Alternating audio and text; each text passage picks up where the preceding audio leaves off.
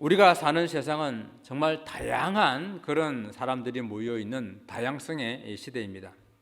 이 다양성이라고 하는 것은 단지 우리의 얼굴이 서로 다르고 또 우리가 출신 배경이 다르고 때로는 민족도 다르고 인종이 다른 것을 말하는 것만이 아니라 같은 나라 안에 살더라도 또 같은 지역 안에 살더라도 같은 민족이라도 또 같은 심지어는 가족이라 하더라도 서로 성격이 다르고 가치관이 다르고 세계관이 다른 그런 다양성을 말하는 것이죠.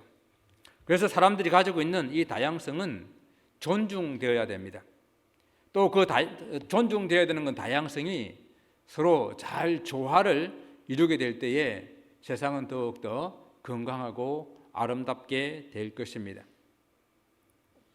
그런데 이렇게 다양한 아름다운 다양성을 가지고 있는데 그런 다양성이 적용되지 아니하는 것이 딱 하나 있습니다. 그것은 구원 얻는 복음은 다양하지 않다라고 하는 것입니다. 오직 한 길, 오직 유일한 길, 예수 그리스도 그의 복음밖에 없다라는 것입니다.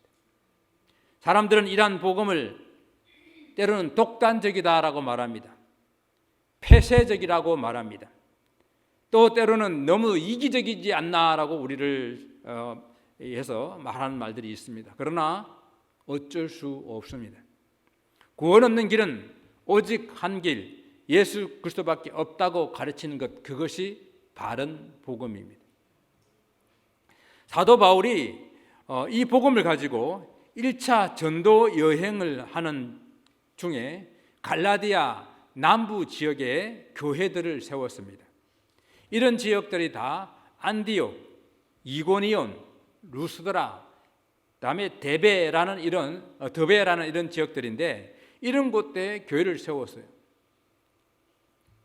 그런데 이 사도 바울 하면 여러분 어떤 사람을 생각됩니까? 저는 사도 바울 하면 인생 역전을 이루는 사람이다라고 생각이 돼요.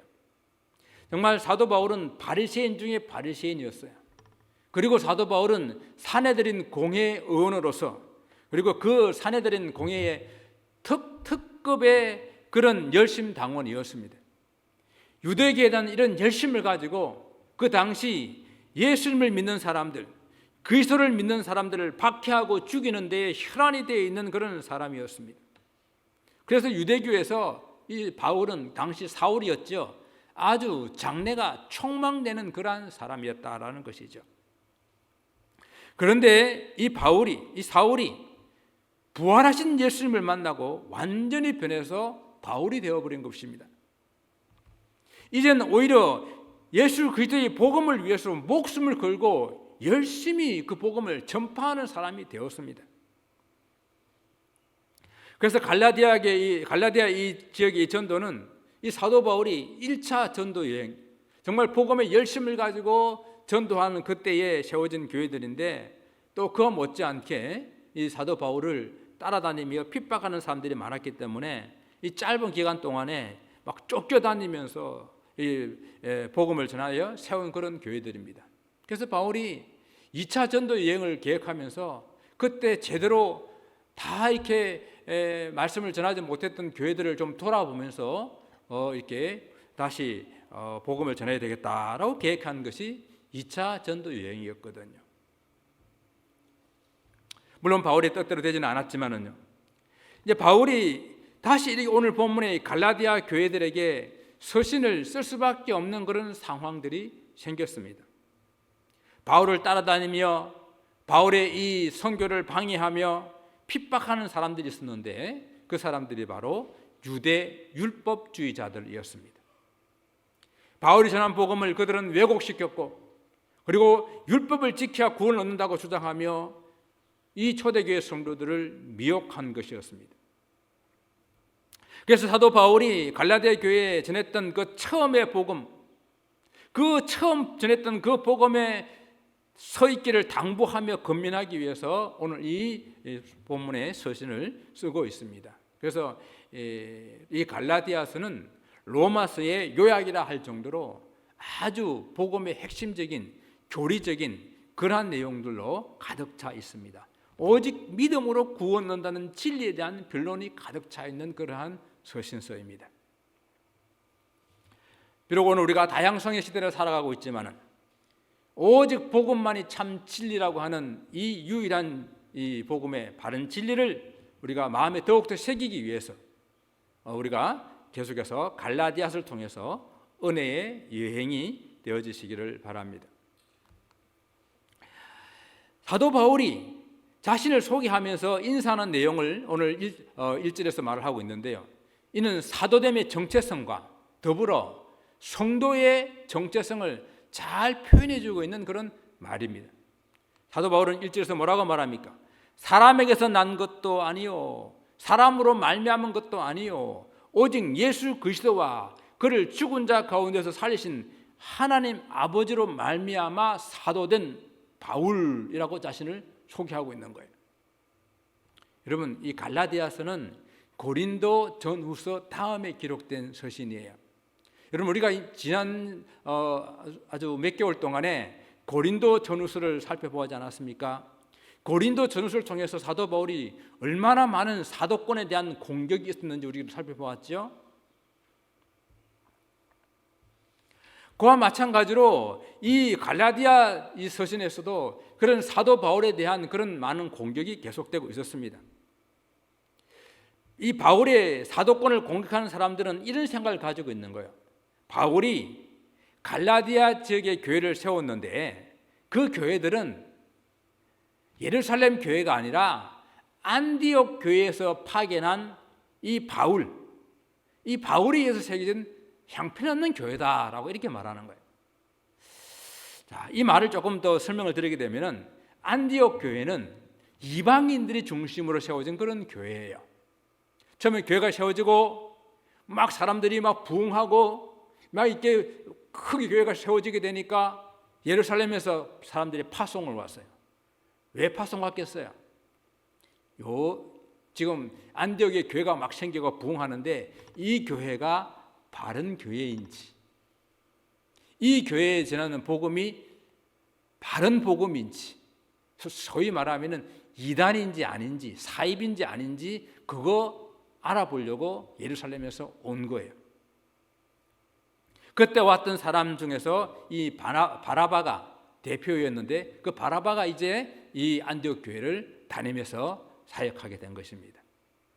사람들의 생각은 항상 어디 중심이래요? 예루살렘 중심이에요. 예루살렘 교회가 마더 처치고 그 예루살렘 중심으로 생각을 합니다. 한국 같으면 이런 생각이죠. 여기 서울 분들 많이 계시죠? 서울 분들은 항상 서울만 서울이래. 우리가 사는 동네도 도시인데 다 우리 보고 하기 촌에서 올라왔다 그래요. 시골에서 올라왔다. 시골 내려가냐? 이렇게 물어봐요. 아니 시골 아니고 도시라고, 진주 이렇게 말하면 진주가 뭐 촌이지 이렇게 이야기해요. 여기 서울 분들 다 그렇게 생각하셨죠? 옛날에 이 유대인들이 그렇게 생각했다고. 다 그냥 예루살렘만 좋은 거예요. 예루살렘 교회만 온전한 그런 교회라고 생각을 했는데 사도 바울이 바로 그 안디옥 교회에서 파송한 그런 바울이 세운 교회다 이렇게 평가절하하고 있는 그런 모습이라는 것입니다.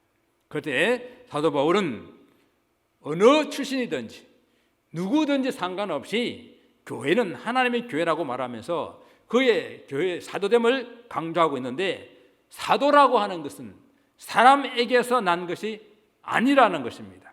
사도라는 것은 사람으로 말미암은 것도 아니라고 하는 것입니다. 사도는 오직 예수 그리스도로부터 난 것이요 사도는 하나님 아버지로부터 말미암은 것이다 라고 오늘 분명하게 선포하고 있는 것입니다.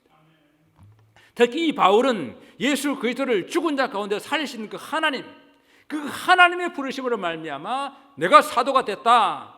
그래서 사도 이 바울이 이 예수님을 만난, 부활하신 예수님을 만난 그 놀라운 사건이 사울로 하여금 바울되게 하고 바울로서 사도로 살아갈 수 있게끔 한 것이기 때문에 이 당당하게 이 사도 바울의 사도됨을 이렇게 주장합니다. 저는 여기서 저와 여러분의 성도됨도 마찬가지라고 생각합니다. 교회에서 주어지는 어떤 직분도 마찬가지라고 생각합니다. 사람에게서 난 것이 아니요 사람으로 말미암은 것도 아닙니다. 우리 하나님 아버지께서 우리를 불러주시고 예수 그리스도께서 당신의 피로 우리를 깨끗하게 주셔서 우리를 하나님의 자녀요 하나님의 거룩한 성도가 되게 해주신 것입니다. 여러분, 성도는요 직분이 아니에요. 교회에서 어떤 직분 가졌습니까? 하면은 어떤 분들은 저는 아직 성도예요 이렇게 말해요. 성도는 직분이 아니에요. 성도는 신분이에요. 신분이라는 건 무엇입니까? 그 사람의 본질이요 그 사람의 특성이라고 말할 수 있는, 속성이라고 말할 수 있는 것이죠. 그래서 목사나 장로님이나 권사님이나 집사님이나 모두가 다 뭐요? 성도예요. 성도는 예수를 믿고 난 다음에 결코 변할 수가 없는 우리의 신분입니다. 그래서 우리가 하나님의 자녀라, 성도라, 거룩한 성도라고 부르는 것은 하나님께서 우리 주신 놀라운 특권이요 우리의 신분의 변화라고 하는 것입니다. 그래서 이것도 너무 가분한데 하나님께서 우리에게 하나님의 나라의 복음을 위해서 주님의 몸된 교회를 섬기고 봉사할 수 있도록 하기 위해서 우리들에게 직분을 허락하신 것입니다. 그러니까 성도됨도 가분하고 주신 직분도 가분하니 이것이 은혜가 아니고 무엇이겠습니까? 하나님의 은혜로 우리가 이 성도요 또 직분을 받았다라는 사실을 결코 잊지 마시기 바랍니다. 그래서 이 교회에 이 성도라고 하는 이 놀라운 특권을 결코 여러분들은 가볍게 여기지 마시고요.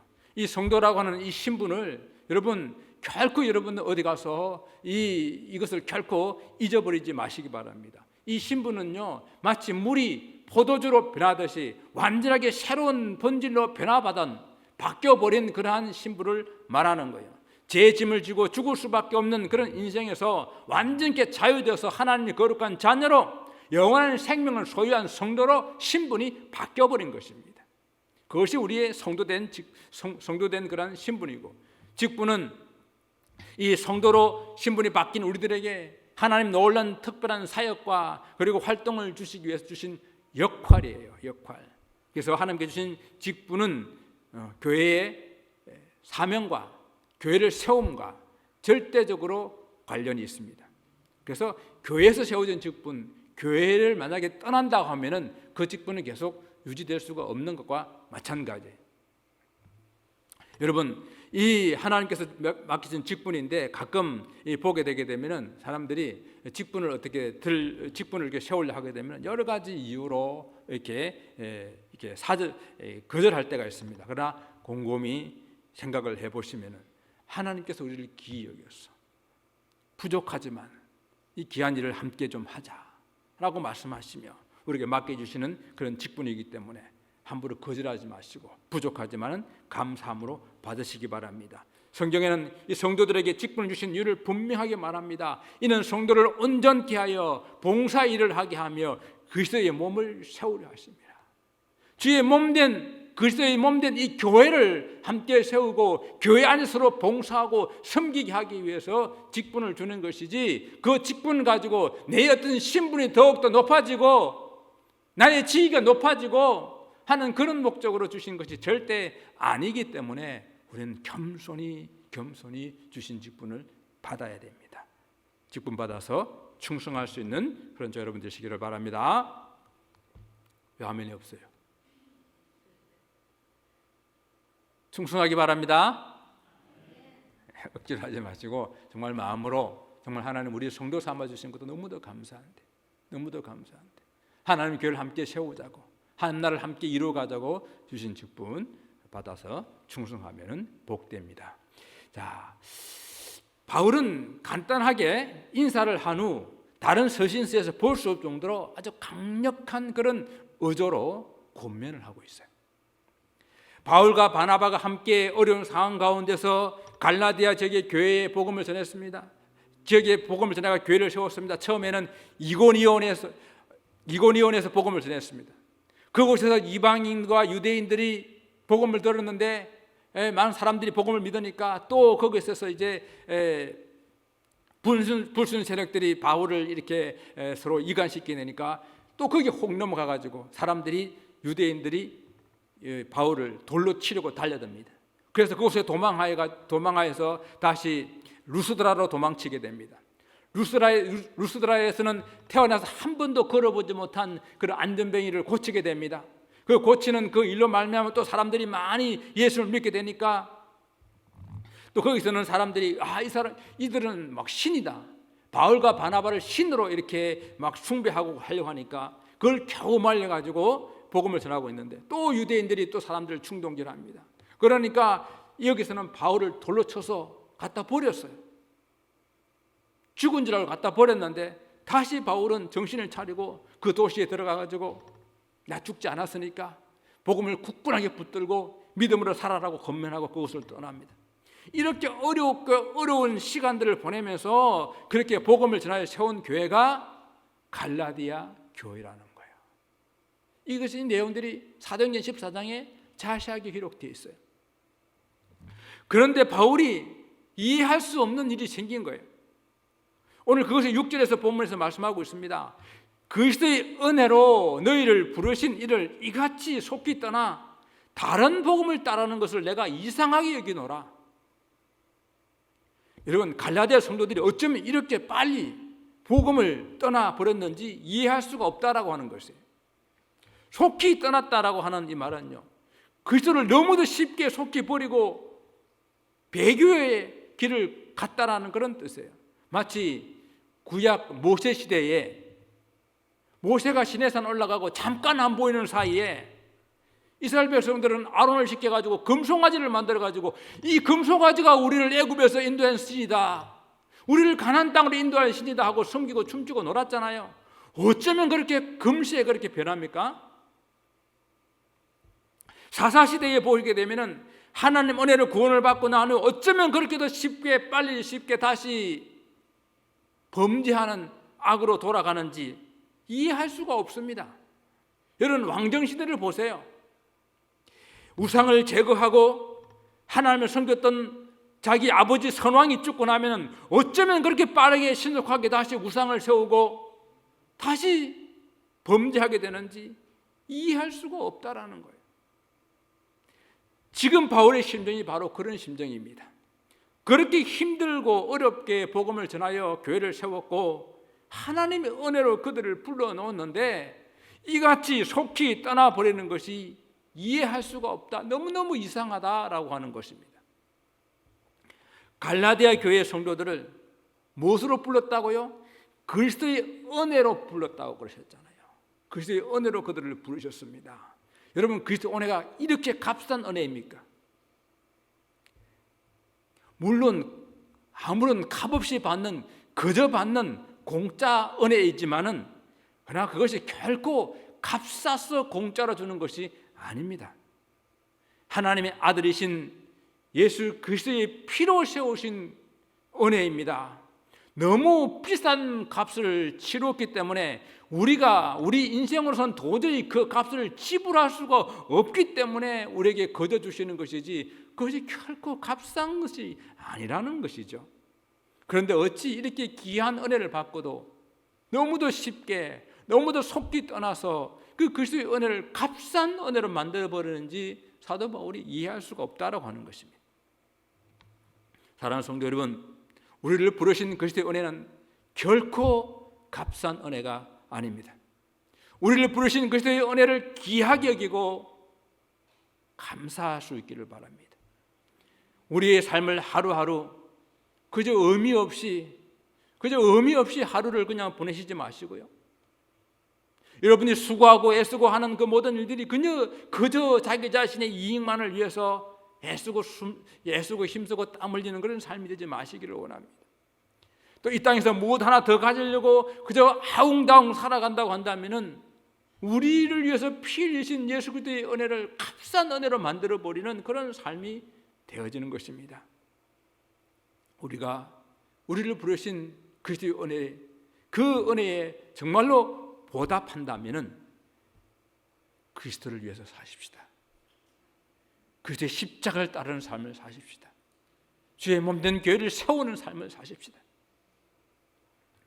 바울은 이 갈라디아 교인들이 그리스도의 복음을 이같이 속히 떠나는 것을 이해할 수도 없었는데 또 다른 복음을 따른다고 하니까 도무지 납득이 되지 않은 것이었습니다. 자, 다른 복음. 여기서 말하는 다른 복음은 무엇입니까? 여러분, 다른 복음이라고 말할 때에 복음을 해석하는 다양한 그런 어떤 방법들을 말하는 것이 아니에요. 바울이 전하지 않는 다른 이질적인 그런 복음을 말합니다. 그 본질이 다른 이질적인 복음, 즉 복음이 아닌 거짓 복음, 즉 가짜 복음을 말하는 거예요. 거짓 사도들, 거짓 유대 종교 지도자들, 그 교사들이 주장하는 가짜 복음, 그 복음을 말하는 거예요. 율법을 지켜야 할례를 행해야 구원을 얻는다라고 주장하는 그런 주장을 말합니다. 그런데 이것은 복음이 아닙니다. 그리스도 외에 다른 구원받을 방법이 없기 때문에 다른 길을 주장하면 그것은 거짓입니다. 오늘 본문에서 다른 복음은 없나니라고 말하고 있죠. 다른 복음은 없다 그랬어요. 이 본문 원문을 자세히 보게 되게 되면 다른 복음은 다른 것이 아니다라는 그런 뜻을 가지고 있어요. 자, 이 말이 무슨 말이에요?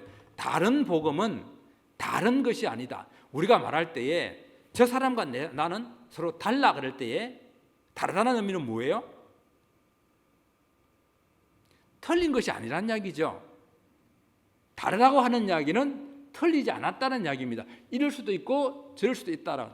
여기서 다른 복음이라는 것은 우리가 흔히 말하는 다양성, 다른 것 그걸 말하는 것이 아니라 뭐요? 완전히 이질적이고 본질이 다르고 가짜라는 이야기예요. 그래서 즉 다른 복음은 결코 하나의 복음, 다른 복음이 아니라 그것은 복음이 아니고 오직 복음이라 하는 것은 예수 그리스도의 복음 하나밖에 없다라는 그런 뜻이에요.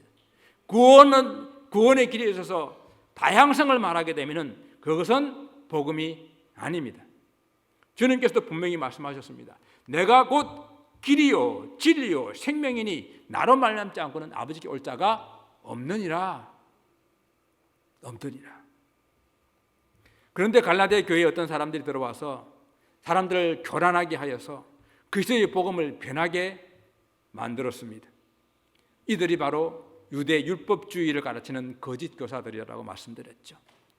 바울이 전한 복음을 변하게 하려고 이 바울의 복음을 왜곡시키는 거예요. 여러분 있잖아요. 완전히 거짓말은 우리가 거짓말인 줄 알아요.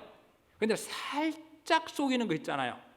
살짝 왜곡시키는 것, 비슷하게 말하는 것, 이런 것들은 참 우리가 구분하기 어려워요. 그런데 이 세상에 그런 게 너무너무 많아요. 진짜 같은 가짜 얼마나 많아요. 그래서 오늘 이 그리스도의 복음을 완전히 부인하는 것이 아니라 저런 다른 종교를 말하면 우리가 쉽게 구분하겠는데 그런 것들에는 미혹되지가 않는데 문제는 우리가 알고 있는 기본적인 진리를 조금씩 변하게 만들고 조금씩 왜곡시키고 있다라고 하는 것입니다. 마치 바울이 전한 복음이 한 2% 부족한 것처럼 이렇게 말하면서 바울이 전한 그리스도도 믿고 그리스도도 믿는데 무엇도 해야 된다고요? 율법도 지키고 할례도 행해야 된다. 이렇게 말하는 거예요. 그러니까 사람들이 그것에 미혹되는 겁니다. 그리스도를 따른 것 같이 주장하지만은 예수 그리스도의 십자가의 죽음만으로는 구원 얻기에 충분하지 못하니까 율법도 할례도 해야 된다 그러니까 사람들이 그런가 보다라고 하는 거예요. 이러한 수법으로 오늘날 모든 이단들이 사용하고 있는 수법이 바로 이런 수법이에요. 처음부터 너무 다르면 누가 그 이단을 믿지 않을 것 아니겠습니까? 그런데 처음 그것들을 볼 때는 쉽게 구분할 수가 없어요. 너무너무 유사해요. 다른 교회와 너무너무 똑같습니다. 교회 간판도, 교회에 만들어 놓은 어떤 모든 그 시설들도, 예배 어떤 형식들도. 그런데 조금 깊이 들어가게 되게 되면은 성경에서 나오는 조금 어려운 구절들을 그들 나름대로 해석한 그런 것들이 나오고요. 성경에서 나오는 예언된 어떤 상징이나 어떤 인물에 대한 해석을 새롭게 하는 것들이 나옵니다. 그리고 좀 더 깊이 들어가면 종국적으로는 자기들이 종파의 그 교주가 바로 성경에서 예언하는 바로 그 사람이다. 그를 통해서만 구원을 얻을 수가 있다라고 주장하는데 그때는 너무 늦은 거예요. 여러분, 신앙생활 하시면서 익숙하게 들어오던 것들이 아니면은 좀 이상한 것들이 들게 되게 되면 일단 의심을 해야 돼요. 그래서 교회에서, 본 교회에서나 우리가 알고 있는 교회에서 진행되고 있는 부흥회나 성경 공부 외에는 가지 않는 것이 좋습니다.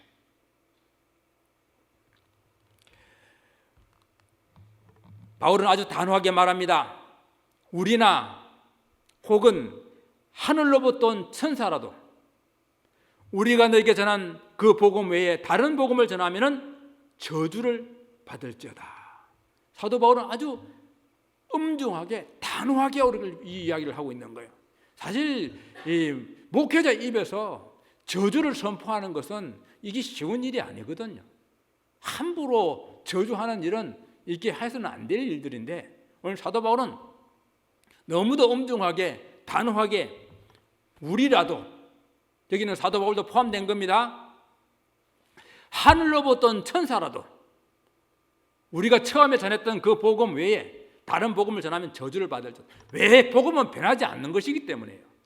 복음은 상황에 따라, 사람에 따라, 시대에 따라 변하는 것이 아닌 것이기 때문에 그렇습니다.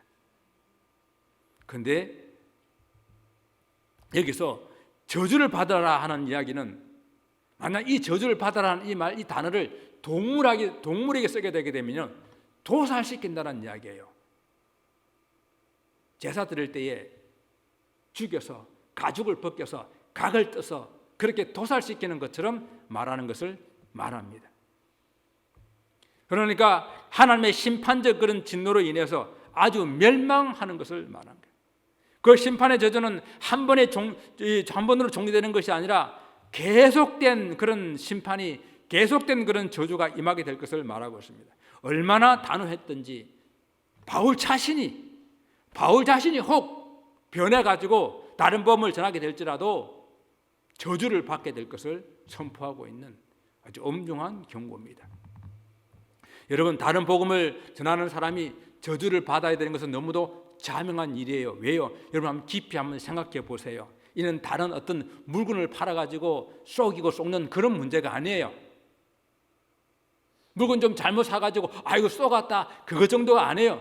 사기당해가지고 돈 몇만 불, 몇천만 불 잃었다 그 정도가 아니에요. 그들의 잘못된 인도로 말미암아 이 땅에서 수많은 가정들이 깨어졌어요. 부모와 자식이 원수가 되었습니다. 그동안 이루어놓았던 것이 하루아침에 다 물거품이 되었어요. 그런 교주들과 그런 간부들은 잘 먹고 잘 사지만은 그 이단에 미혹된 사람들은 엄청난 고생을 하며 그들에게 할당된 노동량을 채워야 되고 할당된 전도량을 채워야 되고 그들의 교적에 충성해야 되는 그러한 모습들을 살아가야 됩니다. 그런데 더 불쌍한 것은 무엇인 줄 압니까? 그렇게 해도 구원이 없다라는 이야기예요.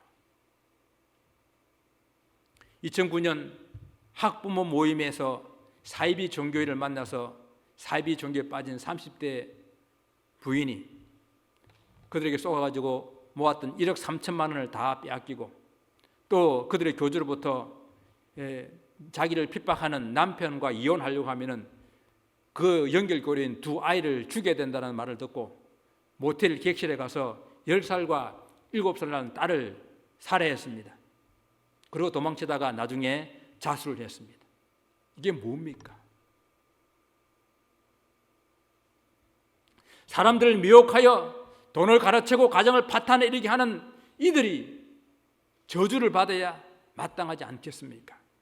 그런데 다른 복음을 전하는 자들뿐만 아니라 다른 복음에 미혹된 사람들까지 그 함께 저주를 받는 거예요. 미혹된 그 자체가 저주이지만은 그곳에서 모든 것을 다 바치고 고생하고 노력했지만은 구원이 없으니까 바로 그것이 저주인 것입니다. 여러분, 어떠한 위대한 이 세상에서 어떤 위대한 일을 했던 사람들도 그 사람이 우리에게 구원을 줄 수 있는 거 아니에요. 문선명도 박대선도 이만희도 어떤 교주도 구원을 줄 수가 없습니다. 천하에 구원을 얻을 만한 다른 이름을 주신 일이 없다라고 분명하게 선포하고 있습니다. 마지막 한 가지만 더 생각합니다. 다른 복음을 전하는 사람들의 특징이 뭔지 아십니까? 다른 복음 아닌 가짜 복음을 전하는 사람들의 특징, 그것은 사람이 중심이 된다는 거예요. 항상 그 중심에 하나님이 아니라 사람이 있습니다. 바울은 오늘 보면 10절에서 갈라디아 교회 성도들에게 질문합니다. 이제 내가 사람들에게 좋게 하랴, 하나님께 좋게 하랴. 다른 복음, 가짜 복음은 사람들을 좋게 하고 사람들에게 인정을 받으려고 합니다.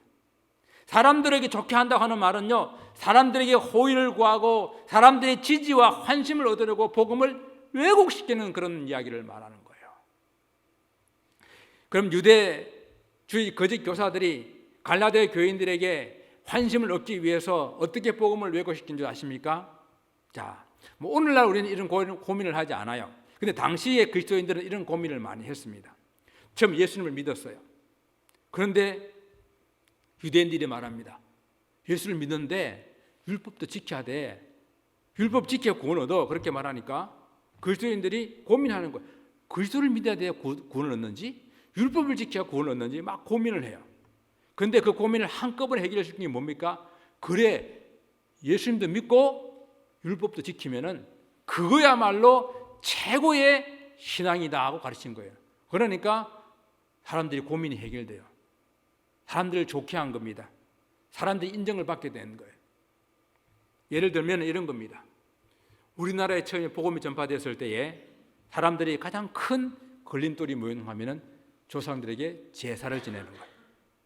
저도 처음 예수님 믿고 제사 때문에 집에서 핍박을 많이 받았어요. 한국 초대교회는 이 제사를 지내지 않기 위해서 수많은 성도들이 핍박을 받고 순교를 당했어요. 그런데 이 문제 때문에 고민하니까 예수님도 믿고 제사도 지내도 괜찮다라고 하는 곳이 생겼어요. 그러니까 사람들이 그곳으로 확 밀려갔죠. 사람들을 좋게 하는 것입니다. 사람들에게 인정을 받으려고 하는 것입니다. 물론 그들 나름대로 논리가 있겠지만요. 세상이 무엇을 원하는지 그것을 용납하고 사람들의 호의와 인정을 받기에 급급한다면 교회는 다른 복음을 전하고 있는 거예요. 가짜 복음을 전하고 있는 것입니다. 오늘날 온 세상이 물질 만능주의와 세속주의로 달려가고 있어요. 온 세상이 하나님의 창조 질서를 또 하나님의 권위를 파괴하고 그래서 동성연애와 환락에 빠져 있습니다. 세상을 품는다는 이유로요. 사람의 인권이라는 이유로요. 교회가 이런 것들을 인정하고 이런 것들을 응원하고 이런 것들을 조장하면은 그것은 다른 복음, 그것은 가짜 복음인 것이에요. 교회에 나와서 저는 우리 성도들이 복 받는 것은 너무너무 좋지요. 정말 복 받기를 원합니다. 그러나 교회에 나오면은 예수 나오면은 병 낫고 출세하고 승진하고 부자 되고 좋은 신랑 신부 만나고 그저 잘 된다고 그것이 복음이냐 가르치고 전하게 된다면 그것은 바른 복음이 아니라는 이야기예요. 그것은 가짜 복음, 거짓이라는 이야기입니다. 20세기 최고의 설교가였던 영국의 로이드 존슨 목사님께서 유럽 사회와 이 북미에 나타난 복음에 변질되는 이 이야기를 바라보고 안타까워서 이렇게 외칩니다. 복음은 기독교와 그리스도인의 존재를 규정하는 가장 큰 중심이기 때문에 만약 그것이 흔들리면 그리스도인이라고 하는 정의도 바뀌게 된다, 변질되게 된다라고 말했습니다. 오늘날 이 사회가 그렇지 않습니까? 정말 중요한 이 기독교의 본질이 복음이 변질되고 있다고 하는 것을 우리는 알아야 됩니다. 저마다 복음이라는 이름을 붙이고 있지만은 번영신학, 치유복음, 신비주의 복음, 도덕주의 복음 이 모든 것들은 다 우리 가운데 진짜 복음을 변질시키고 왜곡시키는 그런 가짜 복음들입니다. 주님께서 말씀하신 복음은요, 각자 자기 십자가를 지고 주님을 따라가는 길이었습니다. 주님께서 가르치신 복음은 울며 씨를 뿌리는 자가 기쁨으로 단을 거둔다고 말씀하시는 것입니다. 주님께서 말씀하신 복음은 무릇 경건하게 살고자 하는 자는 고난이 있을 것이라고, 핍박이 있을 것이라고 말씀하시는 것입니다. 바울의 단호한 선언을 귀 기울여 보시기 바랍니다. 내가 지금까지 사람을 기쁘게 했다면, 사람의 기쁨을 구하였다고 한다면 나는 그리스도의 종이 아니다.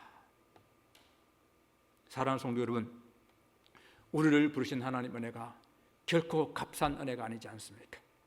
하나님의 아들, 하나님밖에 없는 독생자 예수 그리스도를 십자가에 못 박아 피 흘리기까지, 그 피 흘림의 대가로, 그 죽으심의 대가로 우리에게 주신 은혜 아니십니까?